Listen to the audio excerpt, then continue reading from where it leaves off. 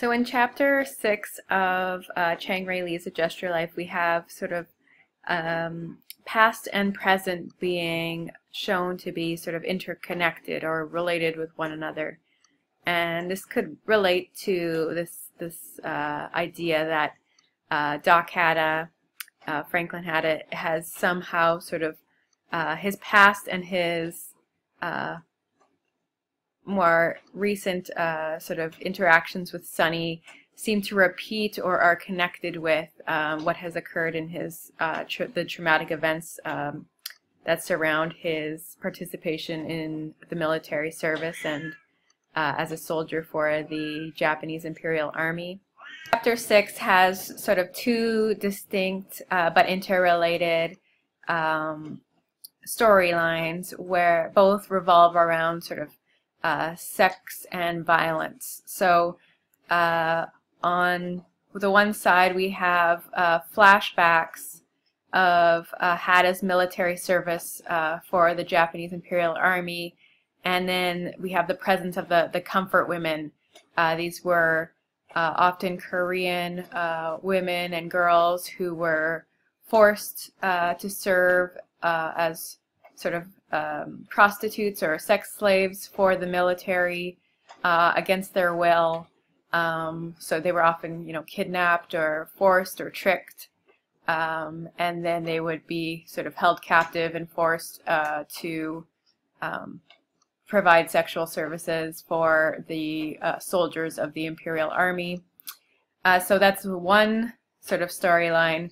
And then in the more recent present we have Doc Hatta and his relationship with his adolescent daughter Sonny deteriorating based on her sexual promiscuity, or the rumors of her being sort of sexually promiscuous and sort of hanging around with men who are sort of have bad reputations in the town.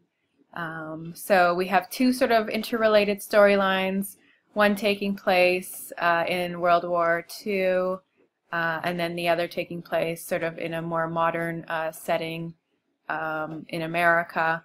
Both are related to sort of sexual exploitation of women and the sort of patriarchal role that men had in sort of controlling or attempting to control women's sexuality. And we can sort of see how these two things interrelate, these two storylines. So let's talk about Hatta and Sonny's relationship first. So Hatta and Sonny, at this point in the narrative, their relationship is deteriorating. Sonny has been spending time. She left her father's house and now lives with in this sort of bad part of town, Jimmy Gizzy's house. He's a drug dealer and has, a criminal past, and she's hanging around with the sort of the wrong type of people, I guess you could say. So 3 weeks after Sonny leaves her father's house, he goes out looking for her and, traces her whereabouts to Jimmy Gizzy's house. And Jimmy Gizzy is this, criminal and drug dealer, and that's where he knows his daughter's been staying. And Hatta goes to this house, and he's immediately reminded of his past. So at this house, there's a lot of partying going on.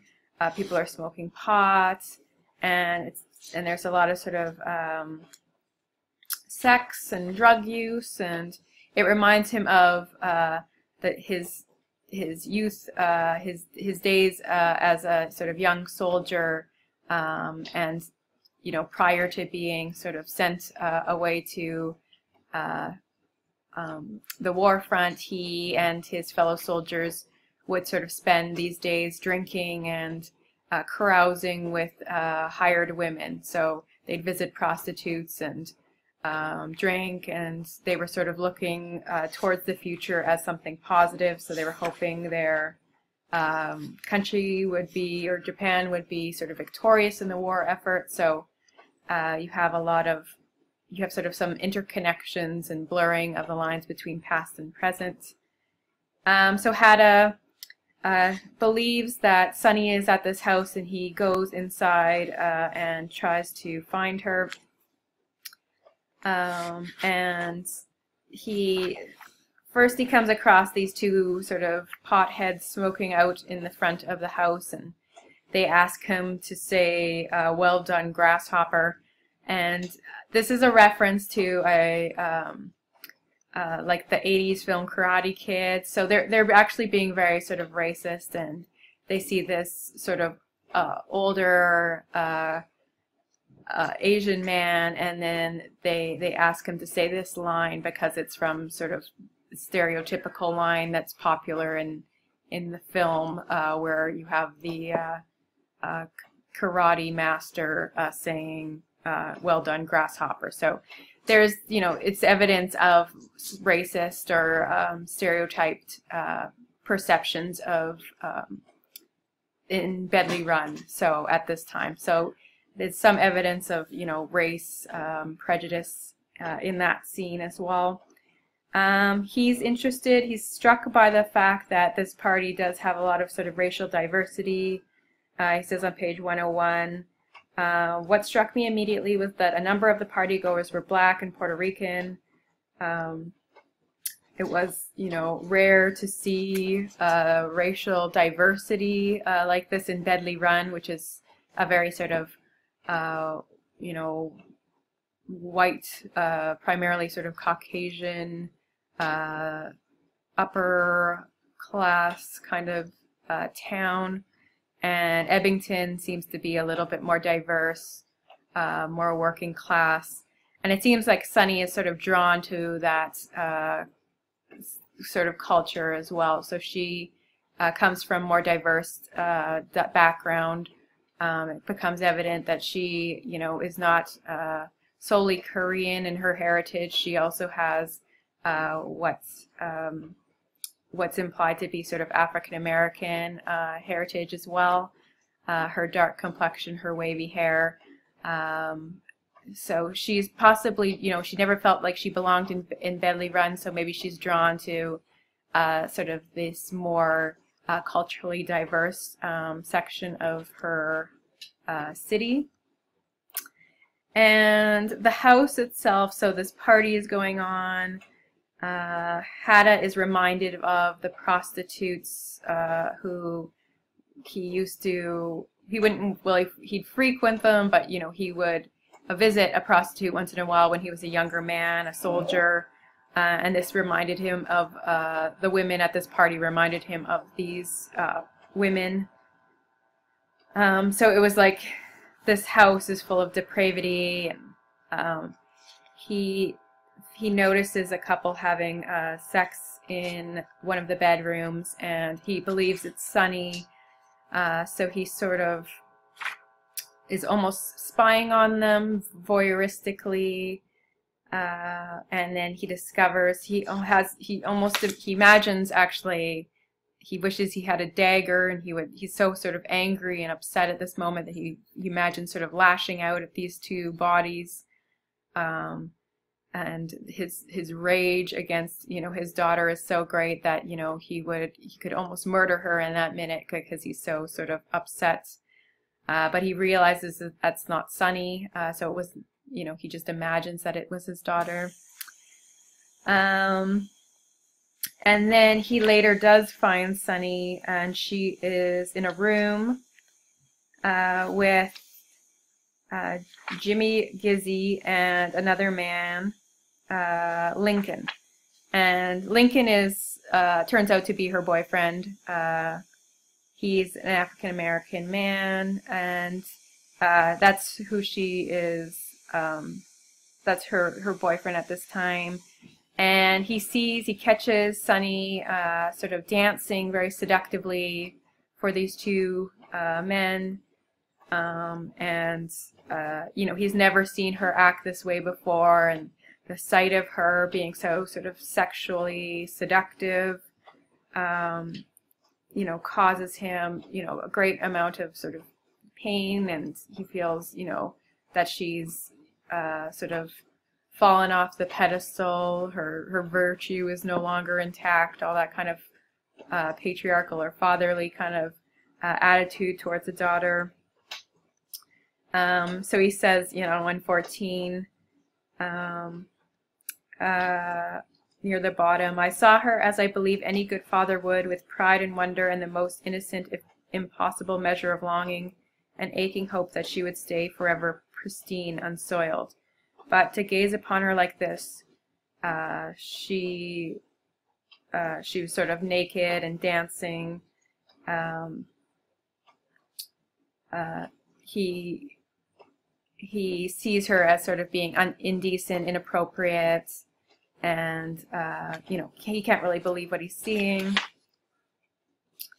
and you know, it turns into, you know, a sexually explicit sort of sex scene between Lincoln and Sonny, and you know, she's not aware that her father has seen her do this, but you know, it's sort of a kind of voyeuristic scene. And Jimmy Gizzy is there kind of in the background, pretty sort of creepy and lecherous. He's watching, but he's not involved in the sexual episode, but he's sort of like a sort of almost like a sexual predator in a way, watching Sonny. And then we have this scene, so the father watching his daughter assert her sexuality and be so sort of liberated in a way, or sexually willful or expressive. That's sort of put in contrast with his memories of the war and being a soldier and witnessing the treatment of women at that time. So on page 105, just seeing, being at this party, witnessing the sort of rampant sexuality of the women at this house party reminds Hatta of a previous time.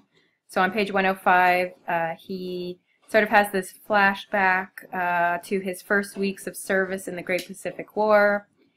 He was stationed in Singapore, awaiting his orders to be sent away. So he's with his friends, Lieutenants Enchi and Fujimori.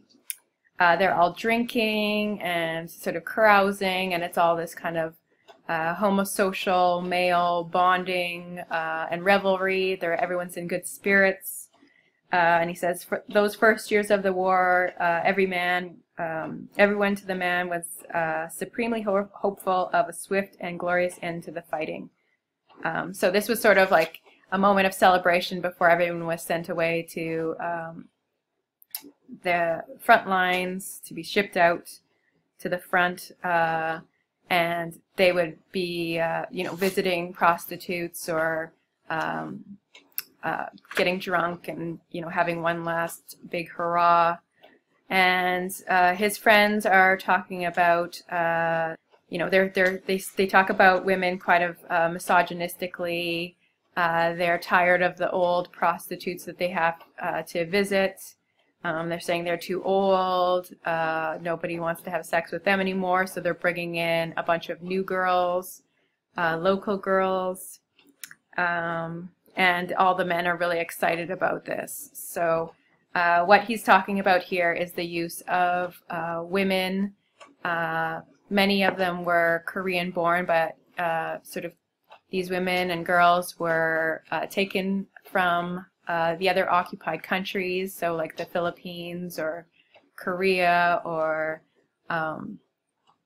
other countries like China. And they were tricked or forced into sexual slavery for the soldiers in the Japanese Imperial Army.